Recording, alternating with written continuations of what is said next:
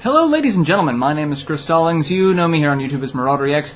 And as always, I am your host for Operation Recap, where I take some of the stories from Rainfall.com and I throw them here at YouTube because I'm the resident YouTube dork for Rainfall. That's my job, and I do it well. I'm going to just go out and say that. I do it well. Anyway, so I've got a couple of stories this week that I figured I'd share with you people. Typically, I just kind of, tell the news. I'm going to throw a little bit of my own slant on it. I typically do that anyway, but I'm going to, maybe a little more so. Who knows? I'm trying out new things with the show, and I want your feedback. So, if you like it, let me know. If you don't, let me know. It's a fluid thing. Anyway, so the stories this week. First off, I'm going to butcher his name, and it saddens me because I love this man. Koji Igarashi has left Konami. Now, for those of you who don't know who he is, he was one of the driving forces behind the Castlevania series. He was the producer of the series. So, a lot of the series is that's him behind it. He was responsible for the series, most of the titles, I believe, up until Order of Ecclesia on the DS. So, he had the bulk of the series under his control, which those games are iconic. At this point, the original NES Castlevania games are iconic. Castlevania Symphony of the Night helped coin the term Metroidvania game, because by that point you had Metroid and Super Metroid, and then you had nothing else that had that kind of exploration until Symphony of the Night, and that helped coin the phrase Metroidvania, which has become an entire genre into itself of exploration, item collection, and kind of a leveling up in a not traditional RPG sort of way. These titles have shaped the gaming industry, and this is an interesting trend amongst Japanese developers. Mr. Igarashi has gone to work on his own studio. He's building something from the ground up. Very reminiscent of Keiji Inafune doing the same thing, leaving Capcom and then building up his own project that is very reminiscent of Mega Man. I love Mighty No. 9. They just had a trailer release for Game Developers Conference, and it looks amazing. It makes me wonder if Mr. Igarashi is going to do the exact same thing. If he's going to start this new company and then do a Metroidvania-style game with a Castlevania feel of the dark that's not one of the newer titles like Lords of Shadow, something like that, but goes back to its old days of maybe the ridiculously hard NES games or Metroidvania-style exploration game that is a full production. Because a lot of the Metroidvania-style games were, limited to handhelds within the last generation. So, I'm very curious to see where this goes, and I wish him the best. I really do. His games have a very special place in my heart. So, good luck to you, sir. Hope you make something that you want to make that we enjoy just as much as the stuff that you've already made that we fell in love with. Next story. This one's kind of entertaining because there's really not a lot of news about the Wii U that's positive, so whenever something does show up, I would like to point it out. Sync, a Metroid Prime-inspired game, is coming to the console.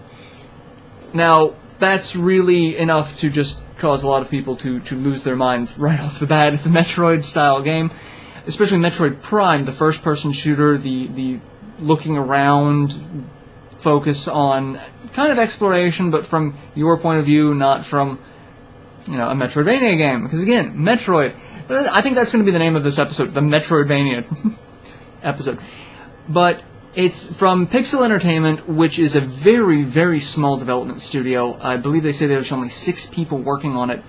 But their mission statement for this company is to make AAA titles, but on a more realistic budget.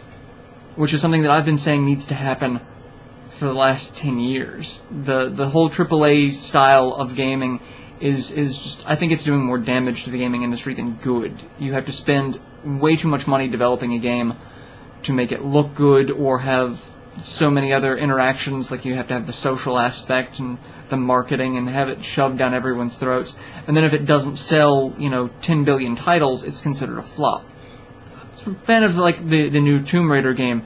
It was a very good game, very good, reboot of the series, but it just apparently didn't sell enough to make them happy enough, which was just it, and that blows my mind. It really does. But the fact that this group is doing something Metroid Prime inspired, I'm all for it. The tag for it is Sync is a sci-fi first-person adventure similar to Metroid Prime series. Let's see, where is it? Sync takes the player to a mechanical world without life. Robots have shaped this world to their vision of order and cleanliness, and the game is designed with a focus on exploration and discovery, letting the player learn the rules of the world on their own terms. I'm sold at that point. That's really all you have to... It's on my terms. Sold. Done. Can't wait to see it. It is going to be a download title for the Wii U. Probably not going to get a physical release, which does sadden me, because again, I kind of like having things on my shelf to sit there and stare at and hope that I have the time to play. So, but keep an eye out for that. I'm really hoping that more titles like this do come to the Wii U to, help boost it, because it is trying to do something different, and the Wii U is not just a watered-down PC like the other consoles. I'm just going to be brutally honest with this one. I'm going to get a PS4, but I'm not going to get a PS4 until a lot of games come out for it that are, exclusive to consoles, rather than just getting a bunch of games on a PC. I've already got a PC, obviously. I'm recording this. So, yeah, that's just my take on it. That is. And I know a lot of people are going to disagree with that. There are a lot of console exclusives, and I've preached console exclusivity and having console exclusive titles as a benefit to the industry, and I still think that is the case. So that's why I'm going to wait. But a lot of games that are multi-platform, if you have a PC already, there's no reason to buy a console for the multi-platform titles. Again, just an opinion. If you agree, let me know. If you disagree, let's talk about it. Civil discourse breeds new ideas. Last actual story for this week, and this is one that you guys are probably going to get tired of hearing about. Pure Solar has been greenlit on Steam. The Steam community did greenlight this game, so it will be available on Steam as well. There's also rumors of possibility of a 3DS release, which just makes me incredibly happy that, again, a multi-platform title is coming to so many things as an indie project. That's a good thing.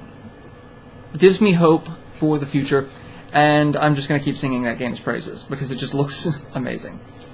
The last two stories are not really stories, they're just things that I want to kind of touch on. Gauntlet has a new trailer for a reboot of the game, going back to its old-school roots, not quite the quasi-3D arcade games from Gauntlet Dark Legacy and that era of game.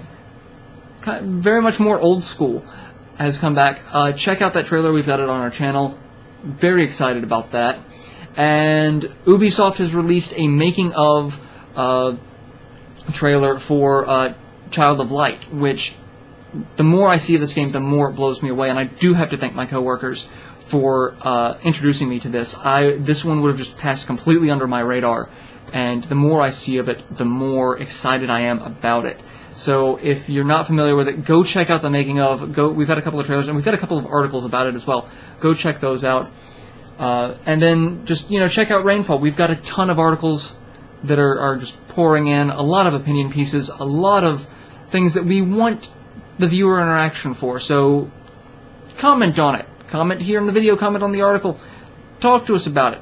That's a lot of the type of articles that we are coming out with the last couple of weeks, and we're going to continue to come out with until E3. So we want your interaction. So talk to us. In the meantime, I'm going to go and play one of these games that has just been sitting on my shelf for probably way too long. And I will see you next week for the next recap. Later, everyone.